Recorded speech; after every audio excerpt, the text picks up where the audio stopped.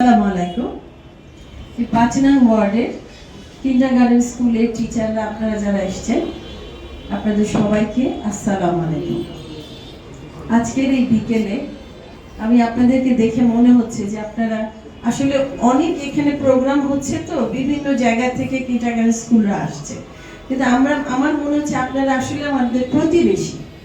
এই প্রতিবেশীরাই যদি প্রতিবেশীর দিকে হাত না বাড়ায় তাহলে তো একটু মুশকিলই বলতে হবে, তাই না? যে আপনাদেরকে আমি এখানে থাকি, আপনাদের স্কুল সব আশেপাশে, তো হতে পারে যে আমরা 17 বছর আপনাদের কাছে আসতে পারিনি কোনো একটা রিজনে। তো যে কারণে আমি আপনাদের কাছে আসতে পারিনি সেটা না হয় বাদ দিলাম, কিন্তু যারা অনেক আগে ছিলেন তারা জানে যে আমরা কি ডাক্তার সালাউদ্দিন কি করতেন সেই সময়। ধরেন আমার 2টা টার্ম যখন সে এমপি ছিল, আমার 2টা টার্ম 2টা বেবি হয়েছে, 2টা ছেলে। তো আমি কখনো কখনো বিরক্ত হয়ে বলতাম, আচ্ছা সব স্কুলের বাচ্চারাই কি তোমার বাচ্চা? নিজের 2টার কোনো খবর নাই, এই 2টা বাচ্চা দেখার তার সময় নেই। বলে কি আমি এরকম হাজার হাজার লাখ লাখ লাখ বাচ্চা দেখবো, তুমি এই 2টাকে দেখবে। ইভেন এখনো আমার বাচ্চারা যদি আমাকে কোনো কিছু লাগে আমাকে ফোন দেয়, মা এটা লাগবে, তাই আমি বলছি বাবা এই কথাটা একটু বাবাকে বলো। বলে বাবা তো 7.5 লাখ লোকের চিন্তা করবে, সব ভোটারের, তুমি তো মাত্র 2জনের চিন্তা করবে, তুমি এইসব কথা বাবাকে বলো না, আমি জানি তুমি সাফিসিয়েন্ট, তুমিই পারবা, তুমি এই কাজটা করো। তাই বলছে বাবা করতে করতে তোমরা এখন 28-29 বছর হয়েছে, একজন হয়েছে 21 বছর, এখন ওই আম্মুকেই বলতে হবে, কোথায় লেখা আছে? তাহলে আমি যেটা বলছি, আপনারা শিক্ষক, আপনারা হলো জাতির বিবেক, আপনারা জাতির মেরুদণ্ড। তো ছোট্ট যারা বাচ্চাদেরকে দেখে, যেসব একেবারে কিন্ডারগার্টেন স্কুলে করেন, তাহলে আপনারা বাচ্চাদেরকে একদম ধৈর্য সহকারে পড়বেন। আর তার যদি ধৈর্য না রাখতে পারেন, প্রফেশন চেঞ্জ করেন। কিংবা আপনাদের সাথে যারা বাচ্চারা আসবে তারা সবাই যে একই লেভেলের মেধা হবে, কারো হাইপার থাকবে, কারো ভিতরে স্লাইট অটিজম থাকবে, তাহলে এইগুলো আপনাদেরকে বুঝতে হবে যে আপনাদের এই বাচ্চাটা কেন চারিদিকে তাকাচ্ছে, কেন কনসেন্ট্রেশন দিতে পারছে না, কেন ফ্রেন্ডদের সাথে মিশতে পারছে না। এগুলো হলো বেসিক আপনি যদি অটিজমের অনেকগুলো স্টেপ আছে, তো এইগুলা বুঝে তাদেরকে একটু খেলাটা বেশি দিবেন, তাদেরকে একটু ছবি আঁকাটা প্র্যাকটিসটা বেশি করাবেন, যাতে নাকি ওরা ধৈর্য নিয়ে পড়ে। এগুলো তো আছে। প্লাস যারা একটু উপরের ক্লাসে পড়ে 8, 9, 10, তাদের সেই সব বাচ্চাদেরকে আমি যেটা মনে করি, তাদেরকে হয় কম্পিউটার, না হলে তাদেরকে গেম, না হলে তাদেরকে খেলাধুলা, মেয়ে বাচ্চা বা ছেলে বাচ্চা যারা গান গায়, তাদেরকে এইসব কাজে যদি এঙ্গেজ রাখা যায়, বিভিন্ন কম্পিটিশনে তাদেরকে এই স্কুল ওই স্কুল, আপনারা যদি নিজেদের টিচাররা উদ্যোগ নিয়ে এইসব করেন, তাহলে হয় কি ওই বাচ্চাদের মেধাটা এর মধ্যে এঙ্গেজ থাকবে, তখন ওরা আর আজে বাজে দিকে যাবে না।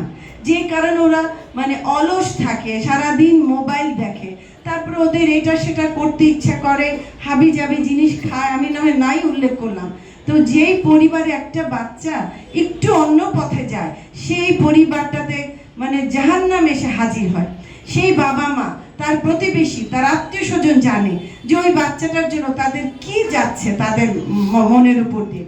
তাহলে আপনারা কি কি কি কি সব বাচ্চাদের মূল্যবান হীরা জহরত রত্ন নিয়ে আপনারা কাজ করছেন, এই জিনিসগুলো মাথায় রাখতে হবে যে না, এটা আমি কাজ করছি এবং এটা আমার একটা নোবেল প্রফেশন, এবং এটা দিয়ে বাচ্চারা বড় হবে, তাদের মেধা বিকাশ হবে, তারা সুনাগরিক হবে, এবং সেই কারণে এটার জন্য আপনাদের সাদাকাও পাবেন, যেটা আমাদের ইসলাম ধর্মে বলা হয়।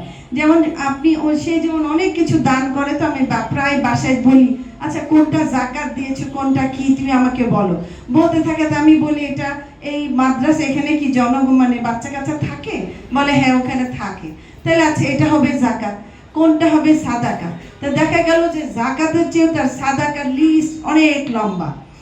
এখানে মসজিদে দিচ্ছে, তো ওখানে কবরস্থানে দিচ্ছে, তো মন্দিরে দিচ্ছে, তো দিয়েই যাচ্ছে। তার মধ্যে মধ্যে হাসি, আমি বলি তুমি যে কিছুই চিন্তা করো না, আমরা তো 3টা মানুষ আছি।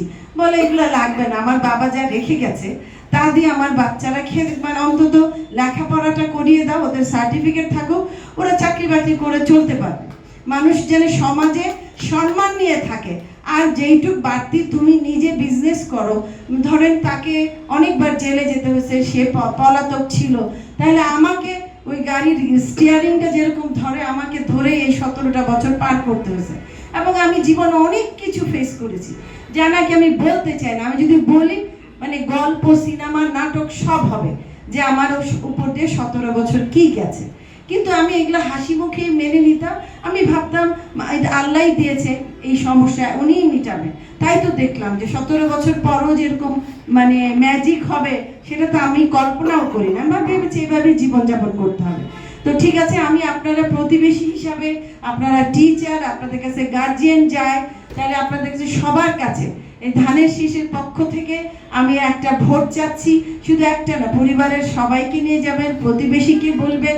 আপনাদের যদি মনের কোনো দুঃখ থাকে, কষ্ট থাকে, সেটা আমরা পাশ করে না হয় এগুলো নিয়ে এক একটা স্কুল বেস বসে বসে আমরা চিন্তা করব যে কি করা যায়, কোনটা সরকারিভাবে করা যায়, কোনটা পার্সোনালি করা যায়। তো আপনাদেরকে অনেক কথা বললাম, হয়তো উনি এখন রাগ হবে যে 2 মিনিটের বেশি বলা যাবে না, বেশি বেশি কথা বলে ফেলছি, কিছু মনে করবেন না।